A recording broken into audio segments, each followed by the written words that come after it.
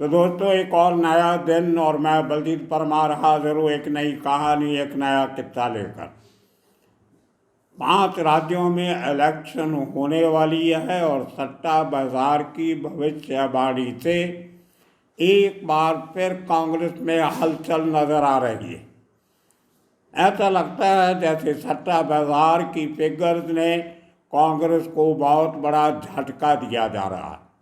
कहा तो ये जा रहा था कि मोदी सरकार और उसकी पॉलिसीज को लेके ये 5 राज्यों के लोग काफ़ी नाराज चल रहे थे, लेकिन जो भाव सट्टा बाजार ने खोले हैं अभी इनिशियल स्टेजेस पे, जब प्रचार अभी शुरू होने वाला है, इसका मतलब है कि अगर आज की तारीख में इलेक्शन होती है जो आने वाले दिनों में, तो उसमें कहीं ना कहीं कांग्रेस को कोई बड़ा फायदा होता नज़र नहीं आ रहा। फायदा तो बीजेपी को भी होता नहीं आ रहा, लेकिन कांटे की टक्कर 2 राज्यों में बताई जा रही है। राजस्थान में कांग्रेस की हार बताई जा रही है, वो भी बुरी तरह। और मिजोरम में कोई भाव नहीं खोला है सट्टा बाजार ने, क्योंकि वहाँ पे उनका कोई अभी तक स्टडी या कुछ सामने नहीं आया है। तेलंगाना में भी फ्लूइड सिचुएशन है, वहाँ भी भाव बहुत लिमिटेड खोला है उन्होंने। तो थोड़ी सी बात करते हैं इसके पहले कि हम अपने एक्सपर्ट जो मुंबई में सट्टा बाज़ार की बात हमें अक्सर बताया करते हैं, उनकी नॉलेज, उनका जो आधार है वो कहाँ कहाँ पे बेस्ड है और कैसे उन्होंने इस पूरे सट्टा बाज़ार की इस भविष्यवाणी को लिया है, उनसे बात करेंगे। लेकिन जो मीडिया में चल रहा था कि राजस्थान में बीजेपी की आपस की फूट, वसुंधरा राजे सिंधिया का गुट मेन पार्टी से नाराज, लेकिन जब टिकटें मिली तो वसुंधरा राजे के सभी सपोर्टर्स को टिकट मिल गई, इसका मतलब नाराजगी की बात नहीं है। दूसरी तरफ कांग्रेस में कला कलेश गहलोत का और पायलट का, वो शायद कांग्रेस के खिलाफ जाता नजर आ रहा है, ऐसा सट्टा बाजार वालों का मानना है। हम कुछ कहें आप कुछ कहो, लेकिन सट्टा बाजार जब अपनी एक फाइंडिंग देता है तो उसके बहुत बड़े माने होते हैं। आज तक एक आध बार को छोड़ के सट्टा बाजार की बानी कभी गलत सिद्ध नहीं हुई।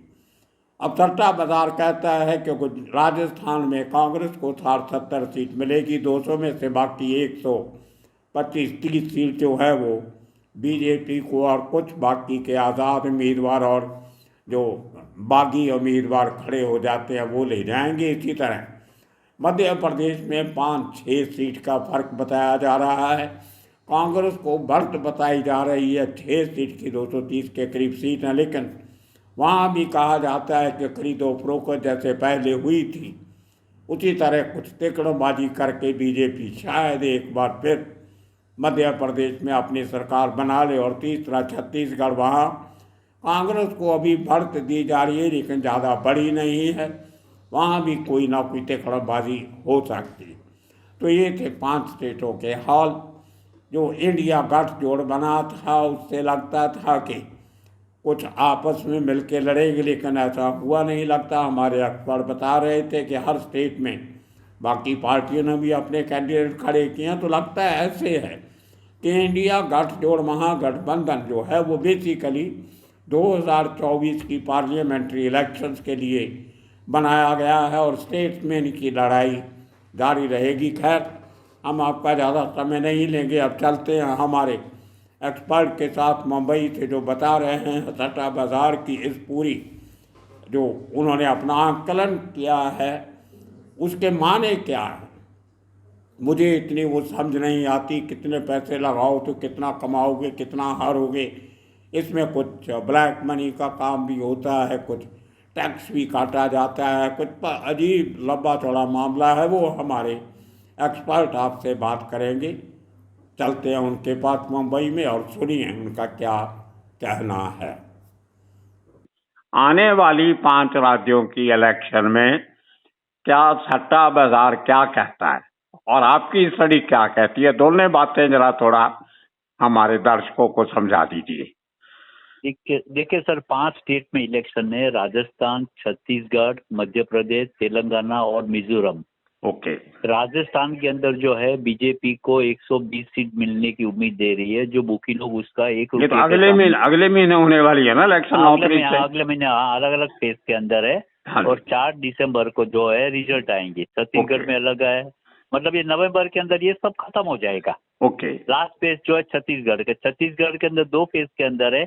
एमपी के अंदर एक ही फेज के अंदर है, राजस्थान के अंदर भी एक ही फेज में है, तेलंगाना में भी एक ही फेज में और मिजोरम में भी एक ही फेज के अंदर है। बुकी के हिसाब से जो भाव मिल रहा है उसके अंदर बुकी लोग जो है राजस्थान के अंदर बीजेपी को तकरीबन 120 सीट दे रहे हैं और कांग्रेस को करीब 70 के करीब दे रहे हैं। बाकी 7-8 सीट जो है वो अदर पार्टी को जा रही है। रही मध्य प्रदेश की बात, तो उसके अंदर कांग्रेस को बुकी लोग जो है 112-13 सीट दे रहे हैं और बीजेपी को तकरीबन 108 से 110 सीट दे रहे हैं, जो पिछली बार की तरह ही था। राजस्थान के अंदर टोटल 200 सीट है। हाँ। एमपी के अंदर 200, राजस्थान के अंदर 200 सीट है, एमपी के अंदर 230 सीट है, छत्तीसगढ़ के अंदर 90 सीट है और तेलंगाना के अंदर 119 सीट है। ओके। रही मिजोरम की बात, तो उसमें कोई बुकी लोग को इंटरेस्ट नहीं है। हाँ। बुकी लोग ने जो है 3 स्टेट के अंदर ही सट्टा चल रहा है। ओके। क्योंकि पिछले बार की तरह भी एमपी के अंदर भी पिछले बार भी 3-4 सीट का ही फर्क हुआ था और अब पहले कांग्रेस लोगों ने गवर्नमेंट बनाई थी। फिर ज्योतिरादित्य सिंधिया जो है वो बीजेपी कांग्रेस छोड़ के बीजेपी में आ गए थे। हाँ। उसके बाद डेढ़ साल के बाद वहाँ वापिस बीजेपी की सरकार बढ़ रही थी। रही छत्तीसगढ़ की बात, तो वहाँ भी मेजोरिटी के लिए अपने 90 सीट है, तो मेजोरिटी के लिए 46 सीट चाहिए। हाँ। तो वहाँ बुकी लोग जो है तो 52 सीट का भाव दे रहे हैं, रुपये के सामने रुपया, और इसका सीट दे रहे हैं 38 सीट का भाव वहाँ दे रहे हैं बीजेपी का, रुपये के सामने रुपया। तो वहाँ 46 के अगर बीजेपी की बात करें तो उसको 8 सीट शॉर्ट पड़ रही है फिलहाल के भाव के हिसाब से, और कांग्रेस को क्लीन मेजोरिटी मिल रही है। मगर क्या है कि छत्तीसगढ़ के अंदर जो आदिवासी वोट है, हाँ। अगर वो मेन करेंगे, अगर वो कहाँ जाता है वो मेन देखना रहेगा। 2-3% अगर आगे पीछे हो जाता है, हाँ। तो ये 4-5 सीट का फर्क जो है कहीं से भी आगे आ जाता है। आपको लगता नहीं कहीं ना कहीं सट्टा बाजार ने कांग्रेस को बहुत बड़ा झटका दे दिया इलेक्शन के पहले?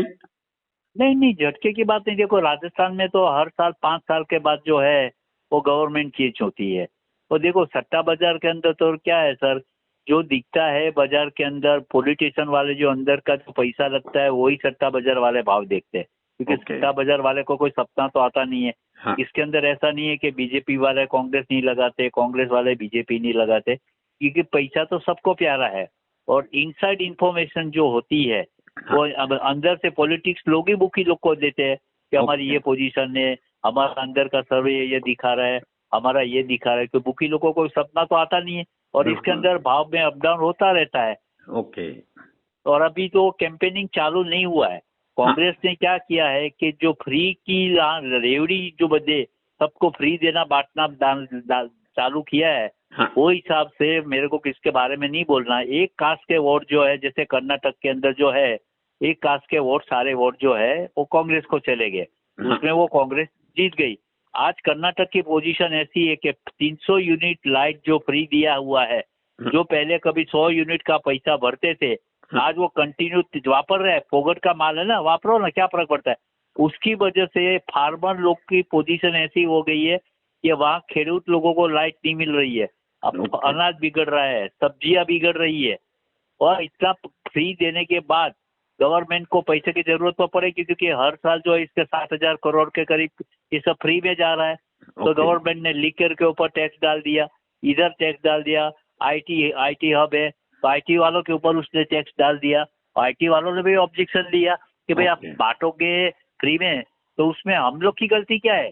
और ये चीज के अंदर जो है, ये फ्री की चीज जो है, इसके अंदर जो है सुप्रीम कोर्ट को या इलेक्शन कमीशन को इसमें बीच में पढ़ना चाहिए और ये बंद ही होना चाहिए। फ्री का क्या कहते, ठीक है कभी फार्मर लोग है उन लोग को आप दो, गरीब लोग है उसको हर एक को क्या फ्री देने का। टैक्स पेयर जो सुबह से शाम तक जॉब करता है, चलो किसका 10,000 सैलरी है उसका तो टीडीएस करके ही पगार हाथ में आता है, हाँ, किसका ज्यादा है उसको भी पगार कट के आता है। सैलरी पेयर का पैसा ये तो कोई भी हो, आज बीजेपी पंजाब में भी ऐसे ही है, दिल्ली और पंजाब में भी आम आदमी पार्टी सब फ्री फ्री फ्री, औरतों के लिए बस का travel free, 300 unit free Punjab में बिजली का, ऐसे ही है यहाँ भी। अरे पंजाब की बात करूं सर तो मेरा एक दोस्त जलंधर में रहता है, वो ये बोल रहा था कि रेप जो लाइट फ्री दे रहा है, जलंधर जैसे सिटी के अंदर जो इंडस्ट्रियल हब माना जाता है, हाँ, वहाँ 8-8 घंटा लाइट नहीं आती है, बिल्कुल। क्योंकि फ्री वाले को फ्री वाले वापर लेते हैं ना, कि फ्री में बिल वापर लो, अपने बाप का ही जाता है कि तो गवर्नमेंट देती है। ये चीज बंद होना जरूरी है, नहीं तो आगे जाके अपनी हालत जो है श्रीलंका से बदतर हो जाएंगी। काय बिल्कुल। के लिए फ्री देने का और आज जो गवर्नमेंट मोदी अच्छा कर रहा, मोदी बहुत अच्छा कर रहा है, मैं किसके फेवर में नहीं बोलूंगा, जो हकीकत है वो हकीकत है। राजस्थान के अंदर क्या हुआ है कि राजपूत वोट जो है हाँ, वो मेन वोट है, ओके।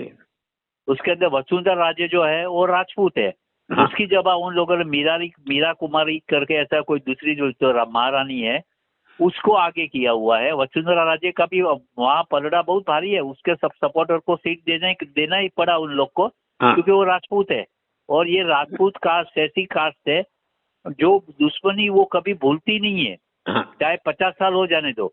आज एमपी के अंदर क्या हुआ है कि ज्योतिरादित्य सिंधिया जो आता है ग्वालियर से, हाँ, और वो आता है राजपूत कास्ट से, हाँ, तो राजपूत कास्ट का जो है चंबल इलाके के अंदर करीब 15 या 17 या 20 सीट ऐसी है जिसके ऊपर राजपूत लोगों का वर्चस्व रहता है। ओके। पिछले इलेक्शन के अंदर जो है राजपूत लोग का वर्चस्व रहा था, और चंबल के अंदर कांग्रेस को, बीजेपी को अच्छी खासी सीटें मिली थी।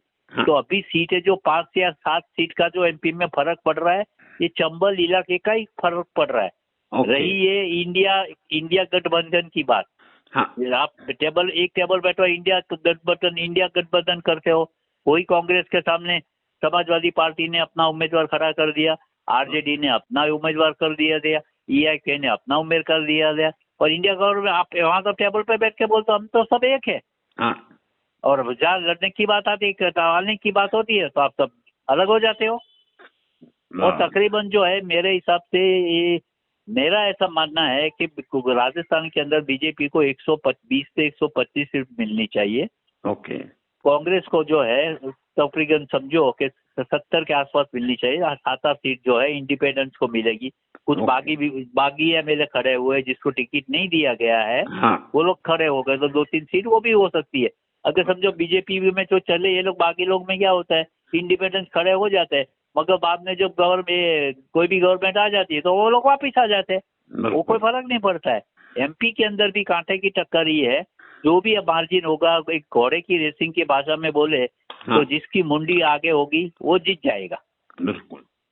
और रात ओके। तेलंगाना की बात, तो तेलंगाना के अंदर 119 सीट है, और हाईलाइट हुआ है कि पिछली बार केसीआर को 98 सीट मिली थी। हाँ जी। 98 सर, हाँ जी। और बाकी जो 21 सीट थी उसके अंदर कांग्रेस, बीजेपी, ईआई के सब बटे हुए थे, मगर वो 98 पे इस टाइप सीट जो है वो इसकी बहुत कम हो जाएगी। वहां भी उसने फ्री बहुत बांटा हुआ है। ओके। तेलंगाना जो आंध्र प्रदेश से अलग हुआ स्टेट है ना, हाँ जी, अलग स्टेट हुआ। हाँ जी, हाँ हाँ, तो ये चीज है। अभी देखो 4 तारीख को जब आएंगे तकरीबन ये सट्टा जो है अभी टोटली ऑनलाइन हो चुका है। ओके। ऑनलाइन होने के बाद कुछ मैंने आपको स्क्रीनशॉट भी भेजा हुआ है क्या क्या भाव चल रहा है। हाँ, ऑनलाइन के अंदर अभी 28% गवर्नमेंट ने टैक्स किया हुआ है कैसीनो के ऊपर। हाँ, अभी गवर्नमेंट ये सोच रही है कि अगर ये ऑनलाइन बेटिंग, क्रिकेट के betting, football betting, tennis betting के ऊपर 28% करेंगे, वो चलने वाला नहीं है। एक एग्जाम्पल दो, समझे कि कोई 40 पैसा वाली चीज है, 1 लाख रुपया मैं 1 लाख रुपया मेरे को लगा है अनलीगली, कोई अनलीगली बुकी के पास मैं लगाऊंगा, तो मैं अगर मैं जीतूंगा तो मेरे को 40,000 दे देगा, हारूंगा तो मैं उसको 1 लाख रुपया दे दूंगा, बराबर। अगर वही चीज मैं लीगली करने जाऊंगा 1 लाख रुपया, तो मेरा 72,000 40 पैसे में लगेगा, तो 40 पैसे में 28,000 तो मेरा निकल गया।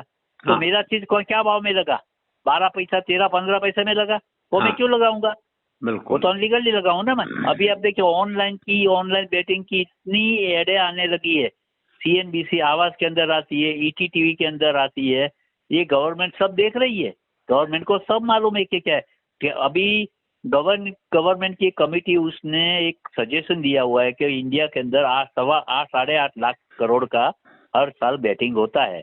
ये बेटिंग अगर लीगली किया जाए तो गवर्नमेंट को तकरीबन 3.25 लाख करोड़ रुपए का बेनिफिट ये जीएसटी मिल सकता है। हाँ, ये बाकी कोई जनरल चीज तो है नहीं कि खाने की चीज तो है नहीं कि रेलवे की बिल्कुल। टिकट तो आप टिकट लगाओ, इसके ऊपर 28% लगाओगे तो अनलीगली तो होने वाला। इसके ऊपर आप 1% लगाओ, 1.5% जैसे शेयर बाजार के अंदर है। टोटली टर्नओवर के ऊपर आपको लाख रुपए के अंदर आपका जो है एक 500 या 300 रुपया कटता है गवर्नमेंट ओके। को, वो टैक्स जाता है। हाँ, तो ये लीगली करने के लिए वो लोग सोच रहे हैं कि कैसे किया जाए, कैसे बिठाया जाए इसको। 28% वाला स्लैब सडनली वो 1-1.5% तो नहीं कर सकता है। अभी बिल्कुल। जीएसटी का लीगली किया जाए तो गवर्नमेंट के लिए बहुत अच्छा है। हाँ, अभी शेयर बाजार के जैसे गली गली के अंदर बोल्ट है, ऐसे इसके बोल्ट हो जाएंगे। अमेरिका के अंदर है, यूरोप कंट्री में तो लीगल ही है, हर गली के अंदर आपको इसका दुकान दिखती है, आदमी वहां जाता है, अकाउंट खुलवाएगा, खेलता है। 28% में इंडिया में तो ये चीज पॉसिबल ही नहीं है। यूरोप कंट्री में जो टैक्स है वो जीतने के ऊपर है। हाँ, अगर आप आदमी जीतता है तो उसमें से वो पैसा कटता है, वो भी रिजनेबल टैक्स है, 6 या 7% या 4 या 5%, इतना ही। 28% टैक्स नहीं है कहीं भी। बिल्कुल। बोलिए सर। तो अभी मतलब कांग्रेस को ज्यादा से ज्यादा मिलेगा तो छत्तीसगढ़ मिलेगा, समझो। वो भी देखो 3-4 सीट का फर्क है, और कोई क्योंकि छत्तीसगढ़ के अंदर टोटली 90 सीट है। हाँ, बुकी लोग जो है 38-40 सीट तो बुकी लोग दिखा ही रहे। अभी देखो ये तो खुलता भाव है, अभी इलेक्शन का कैंपेनिंग भी चालू नहीं हुआ, बड़े बड़े नेता लोग का प्रचार भी चालू नहीं हुआ। हाँ, कांग्रेस तो वादे पे वादा किया ही जा रहा है, ये मैं दूंगा, फ्री दूंगा तुमको, ये फ्री दूंगा। और बीजेपी की भी बात है, वो भी दे रहा है। ठीक है, दो देना है तो दो। अब हम लोग को तो धंधा कर, देखो मैं तो सर 1 रुपए की आदत नहीं करता हूँ, मैं पहले दिन ही बोल रहा हूँ। हमारी बातचीत होती रहती है, लोग वाह भेजते रहते हैं, तो मैं देखता रहता हूँ। अगर कुछ ऐसा रहेगा तो मैं आगे मैं आपको फॉरवर्ड करता देता हूँ। ठीक और है। इसके अंदर जो है 4 तारीख को दिसंबर रिजल्ट आने के बाद, और ऑनलाइन के अंदर तो है, जैसे रिजल्ट डिक्लेयर होगा, इलेक्शन कमीशन ने डिक्लेयर कर दिया, आपके खाते में ऑनलाइन में ऑटोमेटिक पैसा आ जाता है। बिल्कुल। और ऑनलाइन के अंदर इतनी एडवर्टाइजिंग, इतनी कंपनियां आ चुकी है ना, जिसका आप सोच ही नहीं सकते हो। हम लोग भी सरप्राइज होते हैं कि कहाँ से इतनी कंपनी, क्योंकि बुकी तो बहुत है ना। आज 1-2 बुकी तो है नहीं इंडिया के अंदर, बहुत बड़े बड़े बुकी है, 100-500 बड़े बड़े बुकी है। आज महादेव का लफड़ा हुआ, इतने हुआ, इतना ये हुआ, क्या हुआ आखिर? तुमने उसकी जो ईडी ने 100 या 150 करोड़ की प्रॉपर्टी अटैच कर ली। अरे उससे 200 करोड़ रुपया तो उसने खाली नापने वाले को, उन लोग को दिया हुआ है। सब चुप हो गया, सबकी जगह माल पहुंच गया, सब शांति हो गई। किसको कोई हाथ में आया? हाथ में कौन आएगा? मैनेजर आएगा, नीचे वाला क्लार्क बेचारा काम करता हुआ आएगा। बड़ी मछलियां तो कभी कोई चीज के अंदर आती ही नहीं है। बिल्कुल। सब दुबई बैठे हैं, दुबई से भाग जाएगा, कहीं यहीं चला जाएगा। यहाँ ऑनलाइन में आप किधर उसको फोन ट्रेस करोगे? बिल्कुल। ऑन रहेगा तो आप कॉल रिकॉर्ड चेक करोगे। वो तो ये लोग व्हाट्सएप पे करते हैं, दोनों रात की तारीख में व्हाट्सएप पे भी रिकॉर्डिंग हो चुका है। वो ये सब लंबी चौड़ी प्रोसीजर है। अभी देखो 224 पर क्या क्या नया चीज होती है। ठीक है, थैंक यू, थैंक यू, बहुत बहुत धन्यवाद आपका। Thank you. तो दोस्तों, आपने सुन लिया हमारी भी बात और हमारे एक्सपर्ट की बात। अभी आगे फैसला 4 दिसंबर को सबके सामने आ जाएगा। जैसे हमारे एक्सपर्ट ने कहा, ये सट्टा बाजार की जो रेट है, जो भाव हैं, वो आने वाले दिनों में बदलते रहेंगे। आखिरी तस्वीर जो है, वो पहला जो फेज शुरू होगा, शायद 9 तारीख से इलेक्शन शुरू हो रही है, तब से मोर क्लियरर पिक्चर जो है सामने आएगी। तो वहाँ से फिर बदल होने लगेंगे, आपको जानू करवाते रहेंगे। जैसे उन्होंने बताया, बहुत बड़ा पैसा इस इलेक्शन में लगने वाला है, क्योंकि ये मेन इलेक्शन के पहले का मिनी पोल है। इसके रिज़ल्ट जो है 224 के रिज़ल्ट पे काफ़ी असर डाल सकते हैं। सो इसी के साथ आज का ये एपिसोड ख़त्म करेंगे। आने वाले दिनों में इसी किस्म के और कितने कहानियाँ लेके फिर हाजिर होंगे। तब तक के लिए आप सबका बहुत बहुत शुक्रिया, धन्यवाद।